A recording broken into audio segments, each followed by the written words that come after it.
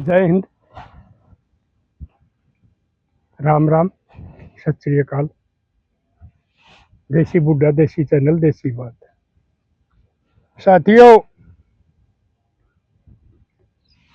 ये एक 3-4 दिन से प्रकरण चल रहा है वाकई बसिया गोयलरों के केतन अग्रवाल का छोरे का। उससे पहले भाई वो सोनम और रघुवंशी का आया था, किसी के ड्रामा में आया हुआ है, मेरे पाए हैं, किसी के किससे डाल के मारे जा।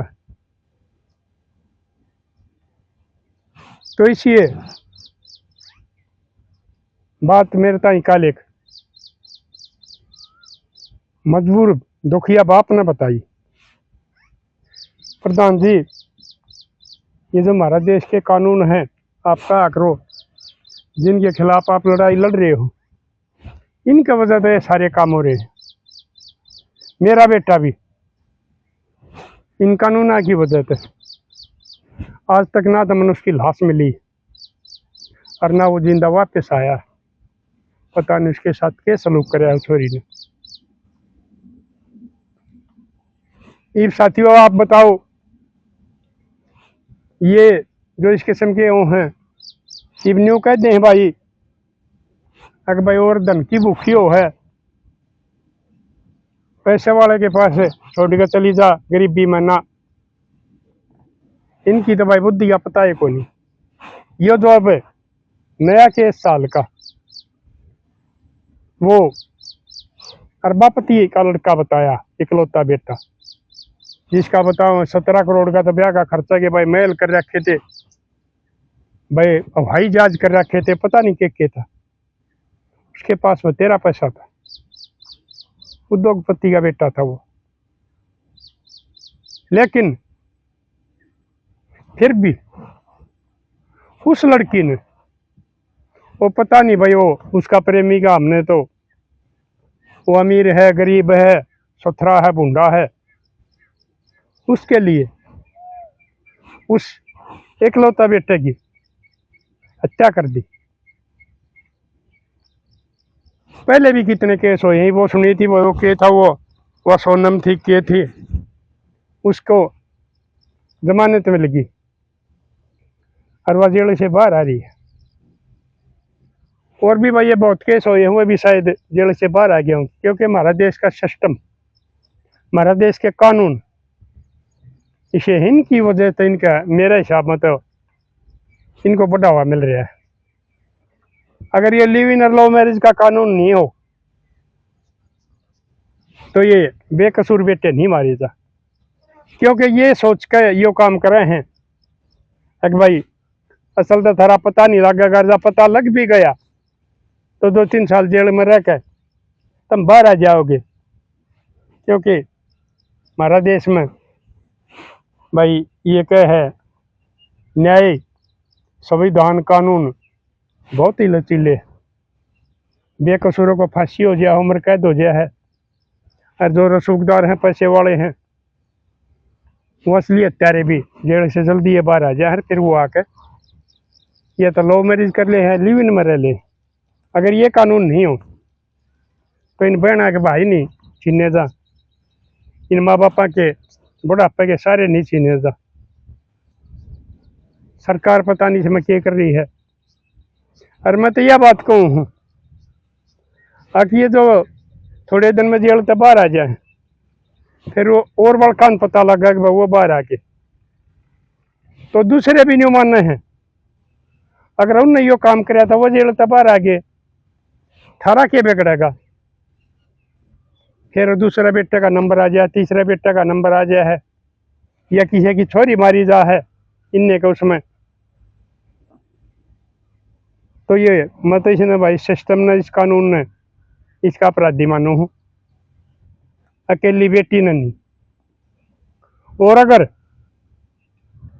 उस बेटी ने, पुलिस ने उस पर रिमांड में पूछना चाहिए, अगर उसके माँ बाप को बताया हो कि मैं और किसी से ब्याह करना चाहूँ, इससे नहीं करूँगी, और फिर उन्होंने अगर जबरदस्ती करी है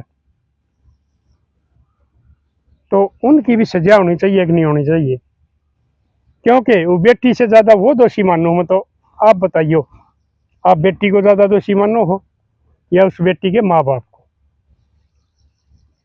और ये भाई कोई भगत सिंह बने है, मंगल पांडे बने है, इस भ्रष्ट राजनीति की भ्रष्ट सरकारों के खिलाफ आवाज उठाओ है, उनके एनकाउंटर कर दिए जाए। वो पुलिस वाले ने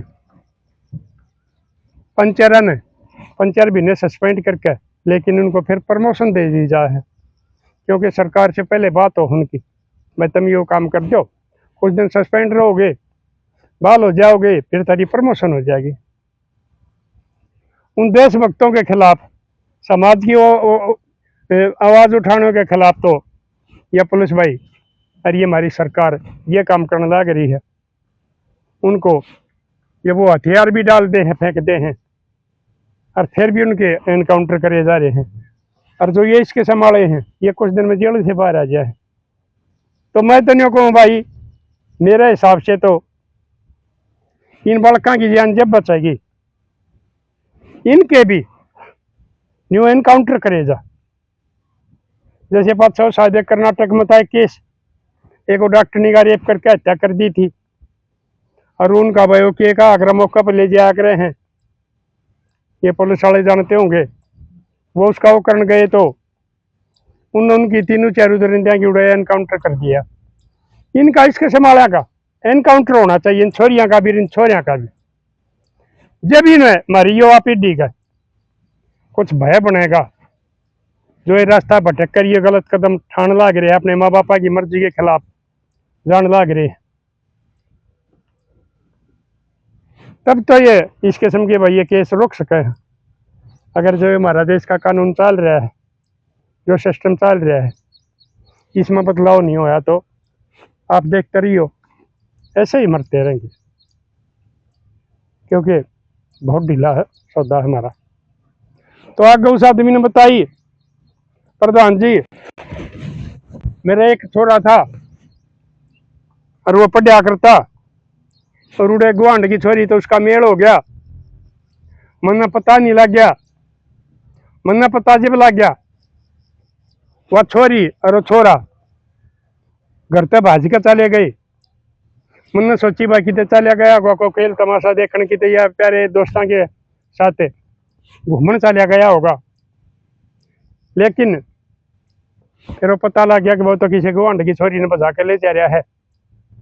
वो सेफ हाउस में सुरक्षा खातिर जा रहे थे, तो मन्ना भी पता लग गया एक बार न्यू बात से। तो मुड़ गया, मैंने छोड़े ताई कही, मैंने हाथ जोड़े, अपना पगड़ी भी, मैं भी आपकी डाल पगड़ी बन जा करूँ, वह भी इसके पाया में धर ली। मैं तो अपने मनाऊँ, छोरी का मैं क्या करूँ? अगर बेटा मैंने बेरा पड़ा है, गुआंढ का काम है, इसका भाई ने पहले एक मानस मार रखा है, तेरी जान ना खतरा हो जाएगा, तेरा मैं ब्याह करूंगा, चाहे मैंने कुछ भी करना पड़ो, चाहे मैंने किसी के आगे भाई हाथ जोड़ने पड़ो, पाँव पकड़ने पड़ो, कुछ भी करना पड़ा, मैं तेरा ब्याह करूंगा। लेकिन बेटा तू इसने छोड़ के और तू घरा चल, ये गवंडी है, थारा बाण भाई का नाता है, ये अपनी ब्याह लेंगे, मैं तेरा ब्याह करूंगा। लेकिन छोरा का भी नहीं, बहुत सवार था, नहीं मान्या, मरो पीठ के प्रधान जी आ गया। लेकिन मेरा मन में भय रहा करता, अब छोरा की जानी बचनी मुश्किल है। तो कुछ दिन बाद में 5-7 महीने बाद पता लग गया कि भाई छोरी का तो ब्याह है, गुआंढ का काम था। मन एक दो जो मेरा जानकार था वो पूछिए, बोले रे छोरी तो उसे हमारा छोरा की साथ गई थी, इसका ब्याह क्यों कर है? बोले नहीं भी इसका तो ब्याह है, उसका नहीं बेरा कित गया, या उसने छोड़ दिया, या वो उसने छोड़ दिया भाज गया। फिर मेरे बेईमाना हो गया, कहा छोरे के साथ तो कोई अनहोनी घटी थी। तो मैं थाने में गया, थानेदार ताई बताई, अक साहब न्यू मेरा बेटे ने गलत काम कराया था, मैंने सारे काम कर लिए थे, सारा डालो छोरा मनाने की कोशिश करी, लेकिन वो नहीं मानना था। मैं मजबूर होकर घर आ गया था। लेकिन वो छोरी का ब्याह है और वो हमारा छोरा का भेद नहीं, वो कित गया। ये छोरी ने भेद पाओगा, इस पर पता करवा दो। तो पहले तो थानेदार नाट्या ना भाई इसके संभाले का क्या होता नहीं से फलाना से दकड़ से।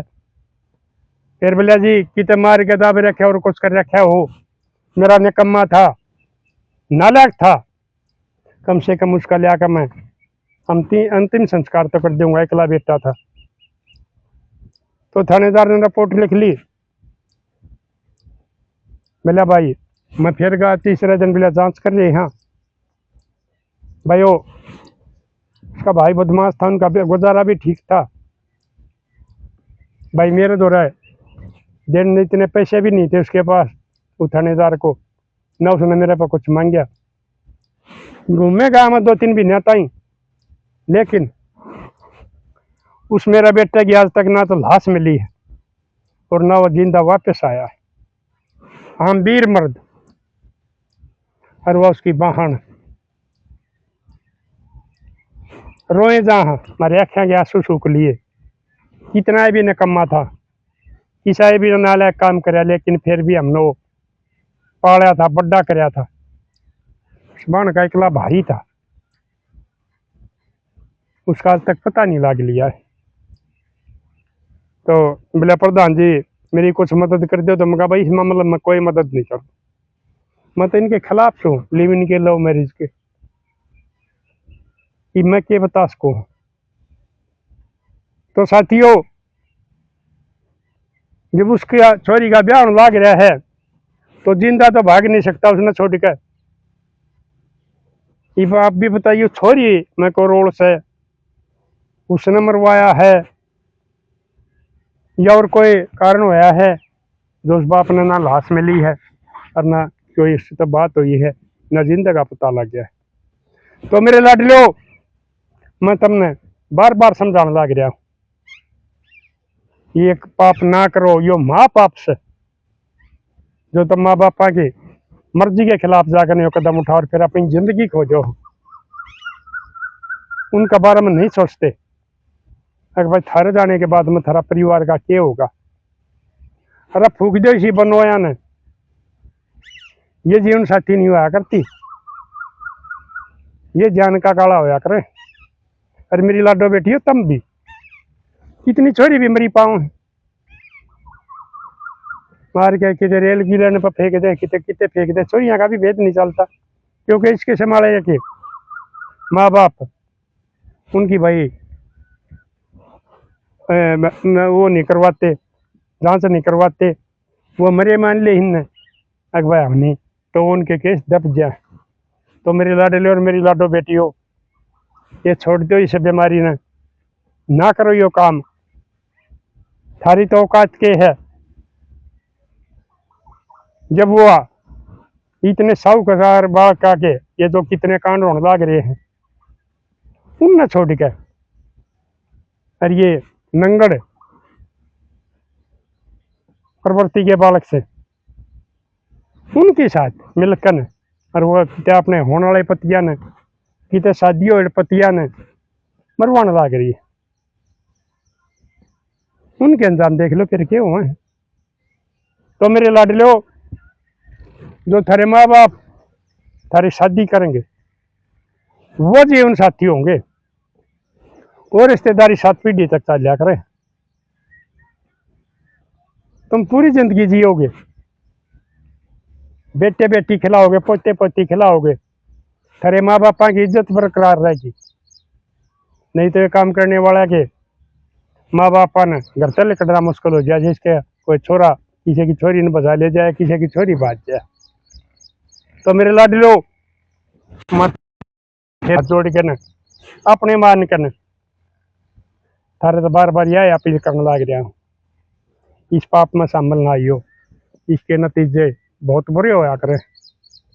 यो काम करनी है कदे पूरी जिंदगी नहीं जिए, अगर कोई जी गया है तो उनकी पार नहीं पड़ी है, वो छोड़ के चले गए एक दूसरे ने।